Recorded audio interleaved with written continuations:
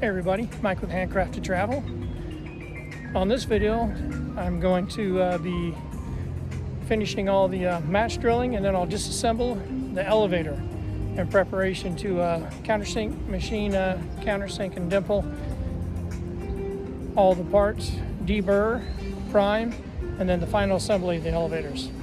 After this, we'll go to the trim tabs, and then we start the fuselage. Looking forward to that. Spent a bunch of time this last time at home with my wife. Fantastic time. I have to say, she's the best thing that ever happened to me. Can't wait to spend more time with her and also work on the airplane in that order. Hope you all like this.